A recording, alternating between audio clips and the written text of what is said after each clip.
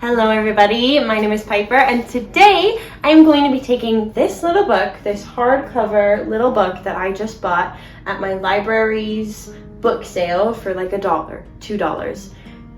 And I'm going to be turning it into my journal for my new D&D campaign that I'm playing in with my friends. This is a little book. It is called The Last Stage to Aspen. It is by Alan von Elston, and it was published in, oh goodness, I know the year, sometime in the 1950s. 1956 is when it was published, and I'm so sorry to Mr. Elston and his lovely story. Maybe it's lovely, I haven't read it. But we're going to be tearing the story out of this book, and we're just going to use the hardcover to make my new D&D journal. And I plan on painting a little dragon on the front of it, which will make it so cute and so fun. For those of you who don't know, I have been playing in a D&D group with my friends for just over a year now, and this is my journal for my first campaign. It is a Denic journal, and it has butterflies on the front of it. Butterflies were a very important symbol to my Dungeons & Dragons character in our first campaign. Her father was a lepidopterist, who is someone who studies butterflies. And our first campaign was sort of a fan campaign in the way that you make fan art. We made a fan campaign. It was set in the Percy Jackson universe, so it was sort of a fan campaign of the PJO universe and the Riordan verse as a whole. So we made our characters, and they were demigods, and they were campers at Camp Half-Blood, and we went on little adventures. And in my D&D journal, the first time, I wrote my session notes with a black pen. So these are the notes that I was taking in game while we were playing the game. And then I would go in with colored pens, different colors of pens, and I would write in character journal entries for my character. So that is what I did for this campaign, and I really loved that style of journaling. Yeah, this is the little pit crew that I made. Cassidy Hartman, daughter of Demeter, is who I played in the first campaign. And I really loved that style of journaling. But our new campaign is another fan campaign. It takes place in Thedas, which is the Dragon Age setting. So it's a Dragon Age campaign. And I've never played a Dragon Age video game before, but I'm very excited to learn about the games and the universe. I think the campaign that we are playing is loosely based on the Dragon Age Origins video game. So I'm very excited to learn. But I'm going to be playing an elven monk. And if you know anything about Dragon Age, I'm going to be playing as a city elf. And they are actually an oppressed class of people. Like, nobody likes the elves in Dragon Age. So as an elf, as a city elf, as an oppressed person, I asked my DM, I was like, realistically, would I be able to read and write? And he was like, probably not very well. And so my newfound love of making in-character journal entries is something that I can't do because my new character can't read and write. Which is why we're turning this book into more of a sketchbook type of journal. Because that way I can still take game notes as me. I can write little important information as Piper, but as my character, Ryla Rowe is her name. As Ryla, I can then make sketches and drawings and artwork to represent her story and sort of her in-character contributions to this little book. So that's why I'm doing this, because I couldn't find a sketchbook that I thought represented my character well enough, and so I'm just gonna make one. And that's what we're doing today. So come along with me on this journey. And I really hope it turns out well. Okay, so to turn this book into a journal, I'm mainly following a tutorial on YouTube from Joanna Joanna. I will link it in the description below. But the first step is I have to get rid of the book. And I am going to keep it. I am going to keep the text block that is in here. I want to get into like making paperbacks into hardcover books one day, so maybe I'll keep this text block to practice in the future, or maybe I'll just give it to my sister who likes to scrapbook and make collages of things. But we're gonna take the book out of the cover, but I promise you I'm keeping the book. I've never read this book. Has anyone read this book, Last Stage to Aspen? Is it good? It's from the 50s. Is it racist? Is it worth keeping? I don't know, but I'm gonna keep it for now. But this cover of the book, there's a gap in between the text block and the cover. So there's like a little space when you open the book. There's like a hole that I can peek through, like I can see you. So it'll be really easy. Basically, all I have to do is take this box cutter and slice down on either side. So that's what I'm gonna do right now. Let's see how this goes. I'm gonna do like one side at a time, I think. I don't really know how to like hold this the best without. Ooh, okay. Maybe I'll just like slice through along like that. I didn't really slice through the whole thing. Don't tell my mom I'm doing this at the dining room table either. She will freak out. I'll hold it away from the table. Okay. We're getting somewhere. I think I need to cut a little bit closer than I did. I kind of cut a little bit far away. I need to cut closer, and then it will come out easier, I think. So let's try this again. Cut like there. It's really working at the top. It's kind of sort of working. Let me like not cut into the dining room table. That would be really bad.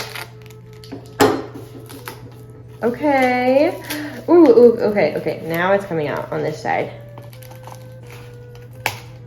Oh, okay. We're getting somewhere. Okay. Except I think part of the text block is still in here on this side. Definitely.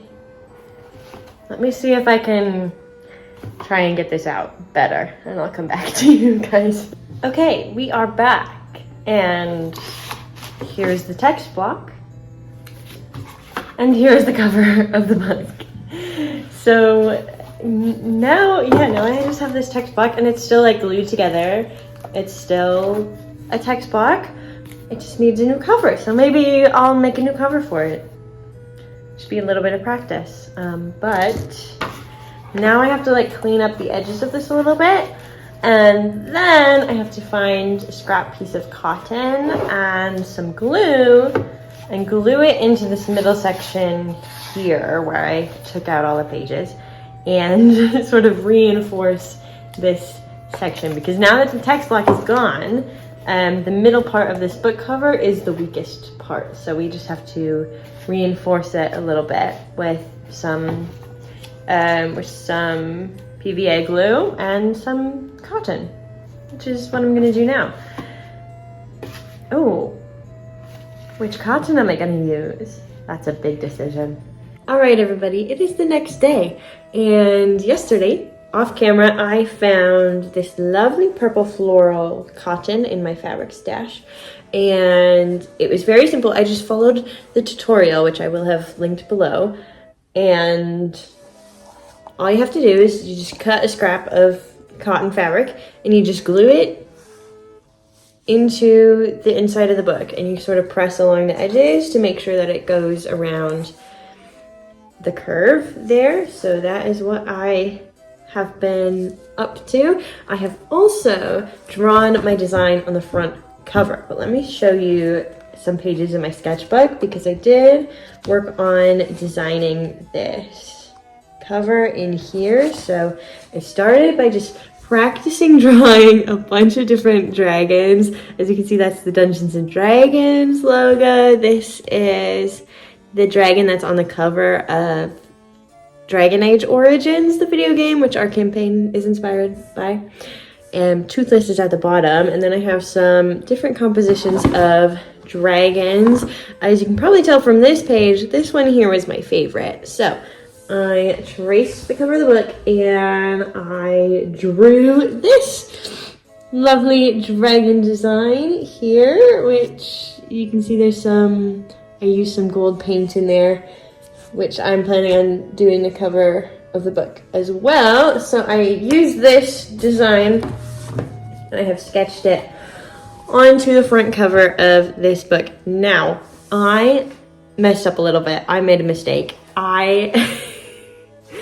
When I started sketching this, I had some oil on my hands. I had some coconut oil that I forgot to wash off. So you can see I got some oil on the cover of the book while I was sketching. So I was just gonna leave this cover how it was, but now there's some oil in there and I tried to wash it off, but it is not coming off.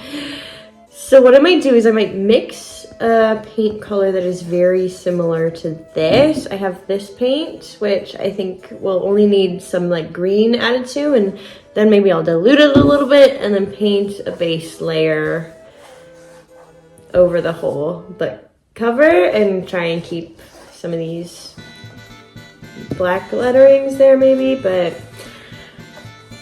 I don't know.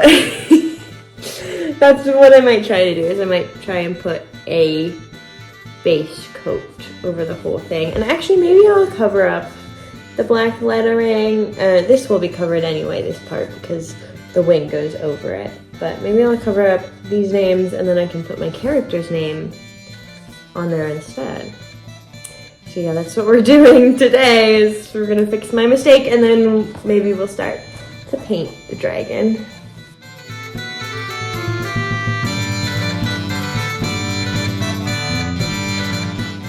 So I have painted the cover of the book a little bit to cover up those oil spots. I mixed a paint color that was similar to the cover of the book. I didn't get it exactly, as you can see, but I just painted underneath the dragon mainly, and then I kind of faded it out towards the back side of the book. I think it kind of gives it a little weathered effect, hopefully. But now I'm gonna go in and paint the actual dragon itself. So I'm gonna start with the wings. I'm gonna go for sort of an ombre red to orange effect, and then we'll paint the rest of the dragon.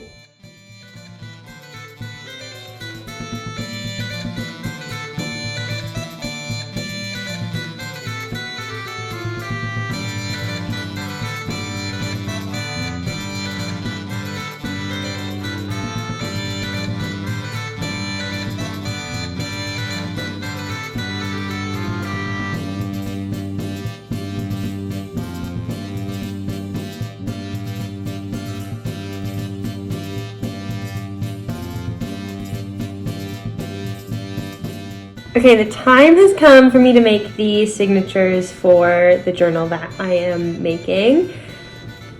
So, for those of you who don't know, in bookbinding, a signature is just a group of pages. So to get all the pages in the journal or in a book, if you're reading a book, you'll notice that it's not like all of the pages are glued down.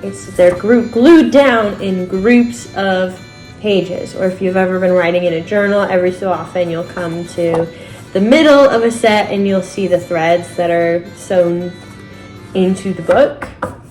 So this is what a signature is, and as you can see, I've already made one, and I don't know exactly how many I'm gonna make. I'm just gonna go on my intuition, but there's the first one in there, and I'm doing groups of 5 pages. And the paper that I'm using for this, I found these at Michael's. They were on clearance in my store. I'm just using Strathmore drying paper. I wanted something thicker than like printer paper or sketching paper, but I thought watercolor paper was too thick to fold in half nicely. So I found these. They were on clearance. I've got 3 of them, and there's 24 sheets of paper in each. So I don't know if I'll use all of it for the book, but this is the paper that I have. And so how I am doing this is I'm just taking a paper and one at a time, I am just folding them in half, hamburger style, if you learn that way. Just like this. And then I have this metal ruler. Some people have a bone folder, which is like a little stick, and it has a point at one end, and it's made out of bone traditionally, or there's plastic ones today. But I don't have a bone folder. But this ruler has been working pretty nicely to kind of flatten down that fold. And then I am cutting the paper to fit into the book, because as is, the folded in half paper is too big for the journal. And so if you're doing this, you'll have to kind of figure out your own measurements, because you know, old books are all different sizes. But I figured out mine, and I'm cutting mine. The video reference that I'm using, the papers are ripped, so if you want a ripped look, you can do that also. I'm just gonna cut mine for the ease of time, and because I'm scared to rip the paper. I'm scared I'll rip it wrong, so I'm just cutting mine. I'm using just this little Fiskars cutting board to do that. So that is what's going on with the book right now. I'm gonna go make some more signatures, and then we'll figure out how to sew them into the book. Okay, let me tell you what's going on with my journal right now. So I am at the part where I finished making all of the signatures. Here they all are. I've made 7 of them, which will sit very nicely inside the cover like this, and it doesn't quite fill it up to where the book was before. However, I don't really have more room to sew than 7 signatures, so that's what we're going to do. That's going to give me 140 pages, which I think will be plenty. And then I've already started this. I had to kind of figure it out on my own before I showed you guys. But basically, I followed the tutorial that will be in the description, and I made a template for where to sew all of the 7 signatures into the book here. And I use a few different tools I was experimenting with for this bottom row, which I have done. It is the bottom. First, I found my awl, and I used that to punch a hole through. And my awl is a bit thicker than some other awls. It's a bit wider in diameter. So I punched it through, and it kind of tore through the whole cover.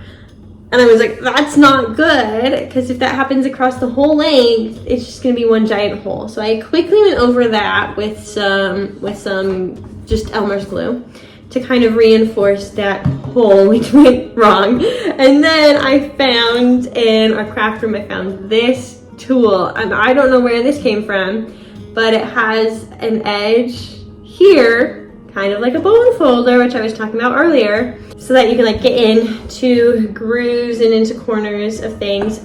But on the other side is this tiny little needle. And I tried this, and I used that to make the rest of the holes. And that gives me pretty much what I want out of the holes. And I think it is just barely big enough to, oh my gosh, I'm throwing that around, to put this string through it. I might have to figure out what needle I'm going to use with this and kind of pass the needle through each of these holes before I go through it with the string, just to make sure that they are indeed big enough. But this little guy is what I have been using to poke these holes, and it's very easy to do. I'm gonna do the one on the top row. So basically I just go where I made my little markings, and I'm just kind of working that through the cover of the book. And there it goes, I stuck it through. So that's kind of coming out, and then I kind of circle it around a few times just to make the hole a little bigger. And then just take it out. And now there's a hole at the top of here. And I did go and kind of paint some Elmer's glue along sort of the 3 lines that I'm going to be punching these holes through, just so that it will be reinforced. But I'm gonna go ahead, punch the rest of the holes in here, and then we will move on to the next step.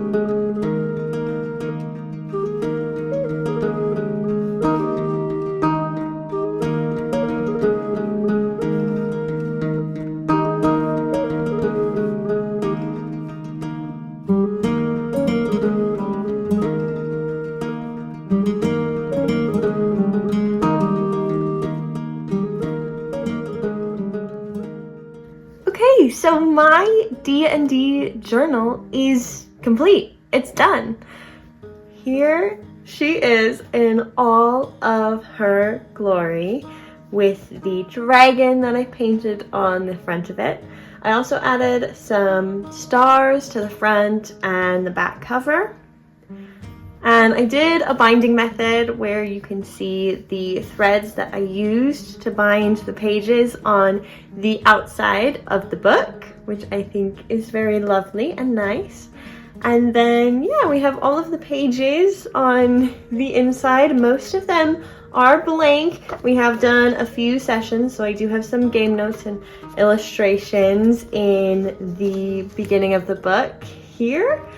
But yeah, this is my new custom sketchbook journal, and I am so excited to fill this with the stories that I tell with my friends. I think it is going to be so much fun. And maybe when the campaign is over, I will do a flip through of this journal and share everything that's in here with you guys. It probably won't be over for a year or two, but I am super excited to share in all of the adventures. As I have used this book, there have been some other like little spots where the oils from my hands have gotten on the book. And while I did paint over them in the beginning as I was working on the journal, now that I'm kind of using it for more and more of our games, I think it's going to add sort of a natural weathered patina onto this journal, kind of bringing it into the universe in which our story is told. So overall, I am so happy with how this book came out. I highly recommend this project to you guys if you want to get into bookbinding, bookmaking, journal making, or if you're like me and you really want a specific journal for your D&D character and you can't find one, get an old book, make one yourself. So yeah, this is my little dragon custom journal for my character, Ryla Rowe. I really hope you guys enjoyed watching me ramble about Dungeons and Dragons and Dragon Age and making this book, because I really enjoyed the process and I could not be more excited. So that is the end of our adventure today. I hope you have some grand adventures of your own, and I hope you have a wonderful day. And I'll see you next time. Bye.